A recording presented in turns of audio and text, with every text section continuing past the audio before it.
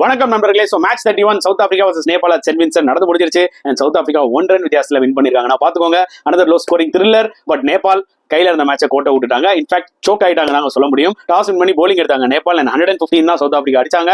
அதுல top scorer ரீசா Hendricks ஒரு 43 அடிச்சாரு. பட் இம்பார்ட்டன்ட் நாக் விளையாடுனது வந்து பாத்தீங்கன்னா டிஸ்டன்ஸ் ஸ்டப்ஸ் மிடில் 27 of 18 அது அடிச்சதுனால தான் உங்களுக்கு 116 வந்துச்சு. இல்லைன்னா 100 கூட வந்திருக்காது. அண்ட் நேபாளோட போலிங் எடுத்துக்கிட்டீங்கன்னா அந்த லெஃப்ட் ஆர்ம் ஸ்பின்னர் புர்டல் அவர் சூப்பரா போட்டாருங்க. 4 விக்கெட் எடுத்தாரு. அண்ட் திபேந்திர சிங் அவரும் நல்லா போட்டு 3 விக்கெட் எடுத்தாரு. அண்ட் சேசிங்ல ஒரு ஸ்டேஜ்ல பாத்தீங்கன்னா 99 for 3 இருந்தாங்க. கையில இருந்த மேட்ச் ஆக்சுவலா கோட்டை விட்டாங்க.